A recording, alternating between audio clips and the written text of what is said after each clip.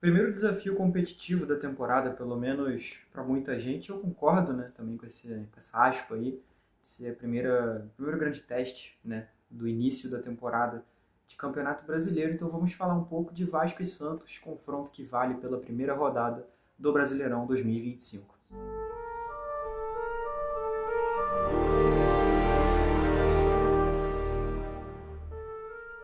Fala galera, beleza? Eu sou o Eduardo, dono da Analisa Vasco. Eu tô aqui para falar um pouco sobre Vasco e Santos, confronto que vai valer pela primeira rodada do Campeonato Brasileiro e que vai ser disputado em São Januário nesse domingo, às 6h30 da tarde, e que abre a disputa do Cruz Maltino na competição nacional mais importante de pontos corridos na atualidade, a primeira divisão nacional.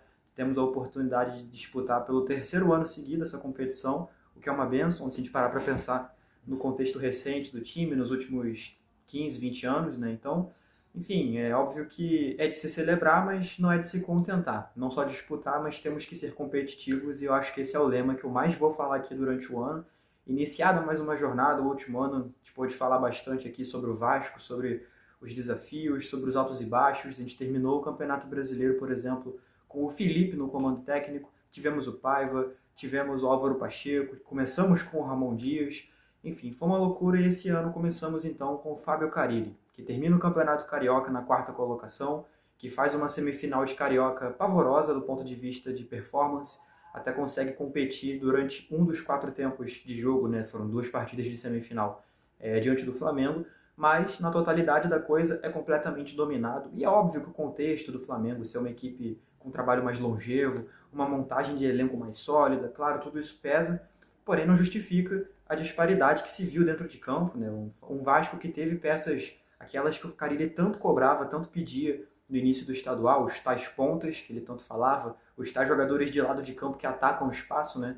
Ele os teve nessa semifinal, porém não conseguiu performar da forma mais adequada, sem falar também nos resultados negativos em clássicos na Taça Guanabara, a derrota por 2-0 ali pelo Fluminense, a derrota para o Flamengo também, né, na Taça Guanabara, aquele empate contra o Volta Redonda, que é uma equipe de Série B, então vale também ser colocado nesse bolo de equipes competitivas, de partidas competitivas, né, que o Vasco teve ali nessa primeira fase. Então, recado extremamente negativo, o Carille chega devendo. Também podemos falar das primeiras fases ali da Copa do Brasil, a vitória em 3-0 diante do União Rondonópolis, que apesar do placar largo, mostrou uma performance abaixo daquilo que deveria ter sido, uma disparidade menor do que deveria ter sido. Cabe lembrar, Rondonópolis é uma equipe de Série C, então o Vasco não deveria ter sofrido tanto quanto sofreu.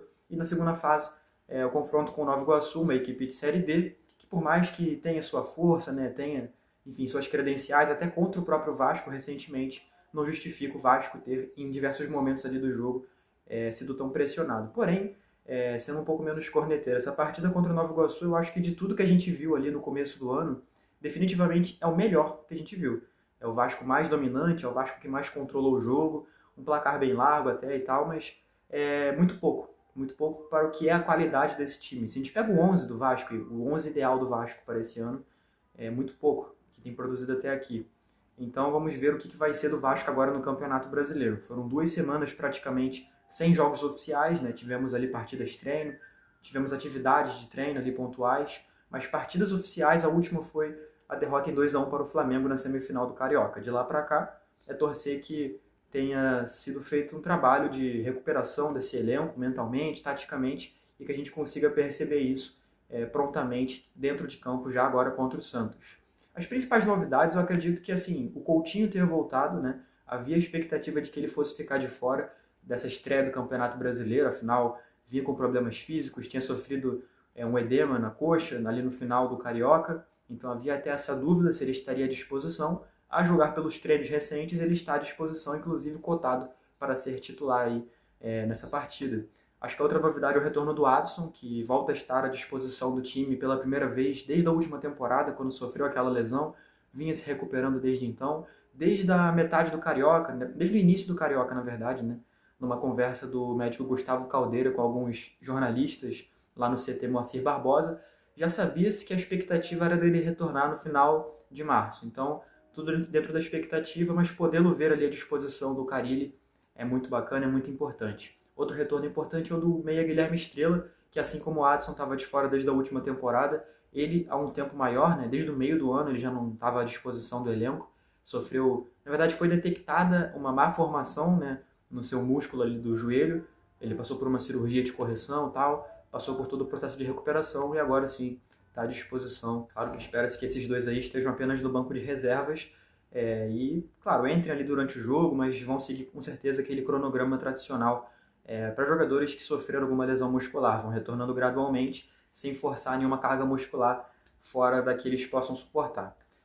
Também, claro, a estreia do Carille no Brasileiro pelo Vasco e logo reencontrando a sua ex-equipe, o Santos, né? Ele esteve lá no último ano, em 2024, foi campeão da Série B por eles, mas saiu demitido, né? Deixando uma impressão pela performance, por tudo aquilo que ele não entregou no caso. Então vai ser um momento importante ali de emoções, quem sabe. E o Santos que não contará nem com o Neymar e nem com o Soteldo, duas das referências técnicas do setor ofensivo, mas aí para detalhar melhor essas ausências eu deixo para o nosso convidado. Antes de eu passar a bola para ele, vale dizer a expectativa da gente ver o Maurício Lemos estreando como titular pelo Vasco da Gama. Ele que teve pouca minutagem nesse finalzinho de Carioca, chegou até a entrar em campo no Clássico contra o Flamengo, mas com pouco tempo em campo.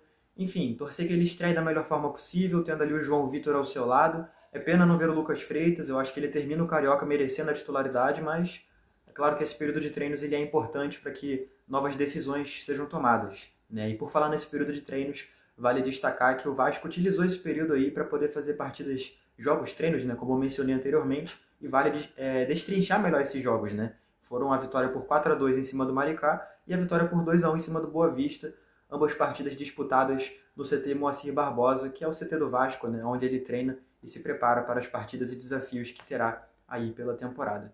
Bom, falando em convidado, né? Acabei nem mencionando ele aqui no vídeo para fazer um certo suspense, mas é um cara que é referência no jornalismo de Santos e jornalismo em geral, porque não? É um dos da velha guarda e é uma honra tê-lo aqui no Analisa Vasco para essa participação. Então, eu passo aqui a palavra para o querido Wagner Frederico. E é isso. Acho que o nome dele já é uma apresentação por si só, não preciso detalhar muito. Mas é isso. Fique à vontade, Wagner, por favor. Alô, galera do canal Analisa Vasco, do meu colega Eduardo Alves. Eu sou Wagner Frederico, do canal do Wagner Frederico, e eu estou aqui para falar do Santos, que vai ser o adversário do Vasco nesta abertura do Campeonato Brasileiro neste domingo, a partir das 18h30, lá no estádio de São Januário. Bom, o Santos é uma das equipes que mais se reforçou para esta temporada, trouxe como principal atrativo o craque Neymar, que fez 7 jogos pelo Campeonato Paulista, depois sofreu uma lesão muscular, o que é normal para um jogador que ficou tanto tempo sem jogar. Ele vinha de um período longo de recuperação da contusão grave que ele sofreu no joelho esquerdo e não está à disposição do técnico Pedro Caixinha para as 2 primeiras rodadas do Campeonato Brasileiro, pelo menos. A previsão é que ele possa estrear no Brasileiro apenas na 3ª rodada contra o Fluminense, também aí no Rio de Janeiro. Bom, o Santos ele vai manter aí a base da formação que disputou o Campeonato Paulista e chegou às semifinais sob o comando do técnico Pedro Caixinha, o português Pedro Caixinha, que no começo do ano substituiu o atual técnico do Vasco, Fábio Carille. Esse jogo marca o reencontro do Peixe com o Carille, né, com a equipe do Vasco, agora comandada por Fábio Carille. A equipe vai ter como principais novidades para essa estreia no Campeonato Brasileiro a presença dos argentinos Barreal, que vai fazer a função do Neymar no meio de campo, vai ser o meia criativo, e do Rollheiser, que atua como atacante pelo lado direito. No mais, o time vai ser o mesmo que vinha disputando o Campeonato Paulista, com Gabriel Brazão, Sherman, Zé Ivaldo, jogador que atua aí no Vasco, Gil e Escobar. Meio de campo com Schmidt, Gabriel Bom Tempo, são 2 volantes que atuam ali mais ou menos lado a lado. O Bom Tempo tem um pouco mais de liberdade para atacar, e completando o meio de campo o Barreal. Na frente, Rollheiser, Tiquinho e Guilherme. Guilherme, que fez um ótimo início de temporada, foi artilheiro do Campeonato Paulista com 10 gols. Esse deve ser o time do Santos para encarar esse Vasco.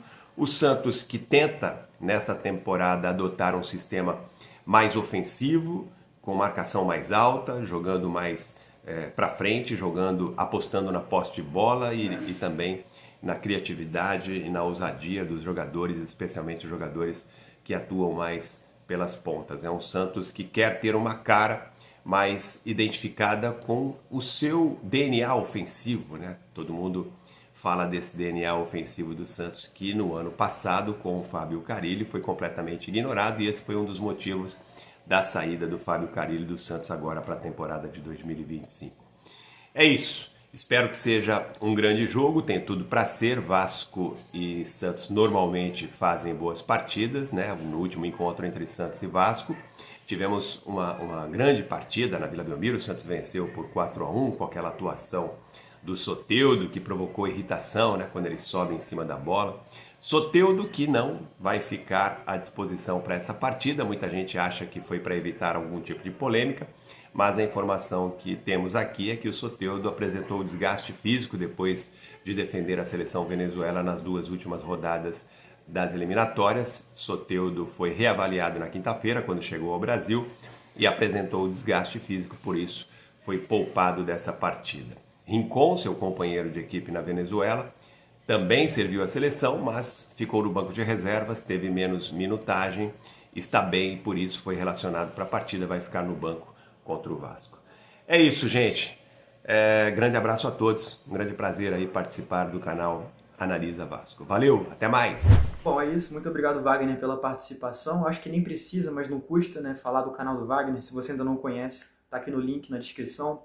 Conheça lá, mesmo que você não torça para o Santos, mas com certeza conhecer um bom trabalho é sempre muito bem-vindo, até para poder ficar por dentro de uma outra equipe, enfim, de jornalismo sendo de fato bem feito. Então, recomendação forte aí para o canal do Wagner e mais uma vez o agradecimento pela participação dele aqui no vídeo. Para a gente encerrar, trazendo aqui então a provável escalação do Vasco, de acordo com o Globo Esporte, matéria que foi publicada nessa última sexta-feira. Então, a provável escalação do Vasco é com Léo Jardim, Paulo Henrique, João Vitor, Maurício Lemos, Lucas Piton, Hugo Moura, Paulinho, Coutinho, Nuno Moreira, Verratti e Benjamin Garré. Ou seja, um quarteto ofensivo com Coutinho, Nuno Moreira, Verratti e Garré.